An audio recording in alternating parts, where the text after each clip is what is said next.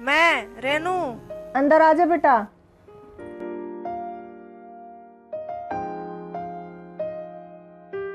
चाची जी नमस्ते। नमस्ते बेटा।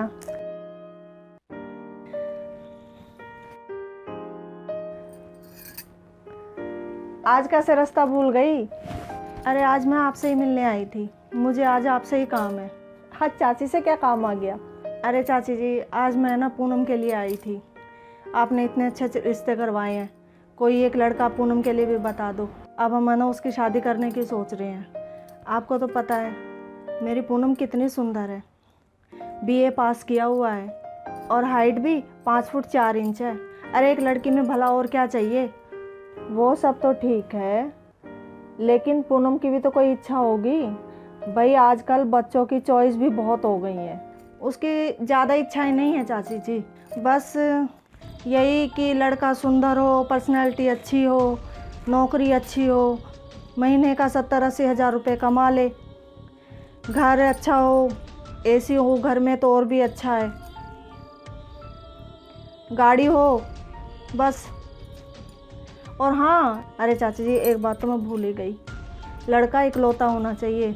उसका ना कोई भाई हो ना बहन हो, माँ बाप ना हो तो और भी अच्छा।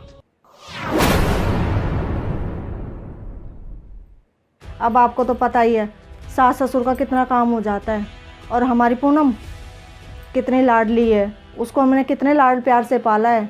अरे हमने तो आज तक उससे एक गिलास पानी तक नहीं उठवाया। रानी बिटिया है हमारी।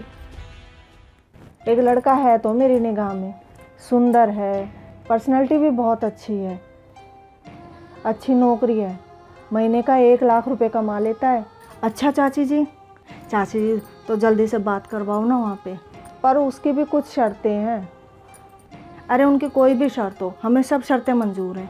अरे वो चाहता है लड़की इकलौती हो, ना भाई हो ना बहन हो, ना चाचा ना चाची ना माँ बाप। पर तू चिंता मत कर, एक काम हो सकता है। क्या चाची? अगर तुम सब मर जाओ ना तो बात बन सकती है। क्या? अरे चाची तुम्हारा दिमाग खराब हो गया है क्या? बुढ़ापे में सठिया गई हो तुम। हम क्यों मर जाएं?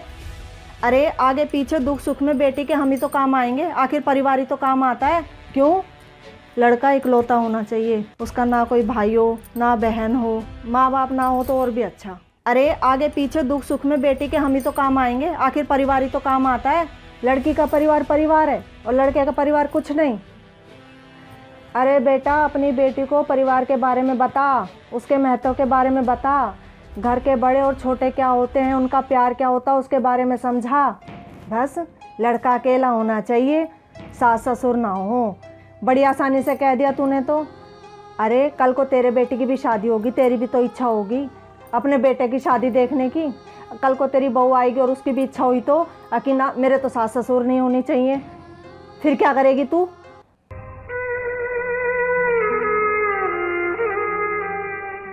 परिवार के बिना ना तो खुशियों का और ना गम का एहसास होता है। अरे जिंदगी बेरंग हो जाती है इन लोगों के बिना तो। और एक बात सुन ध्यान से, अपनी बेटी को अच्छी बहू होने के गुण सिखा। अरे मकान तो ये रुपए पैसे सबसे खरीदा जाता है, लेकिन घर लोगों के आपस में प्यार से बनता है। मैंने अच्छे अच्छे घर देखे हैं, अच्छे पैसे वाले घर, जिनमें है ना बहुएं नरक की ज़िंदगी जी रही हैं। अपनी बेटी को समझा कि परिवार क्या होता है। अरे वो ये सब सीख लेगी ना तो जिस घर जाएगी उसे स्वर्ग बना देगी। जो आनंद परिवार के आपसी प्यार से होता है ना, वो अकेलेपन से नहीं होता। और ये सब बातें पता तुझे मैं क्यों कह रही हूँ?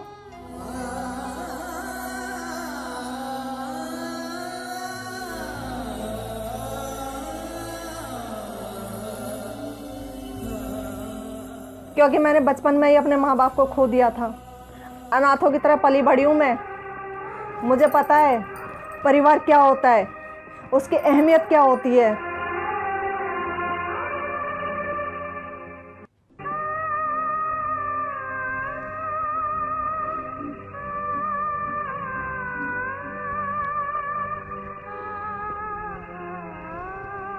बिना माँ बाप के एक बच्ची का जीवन क्या होता है।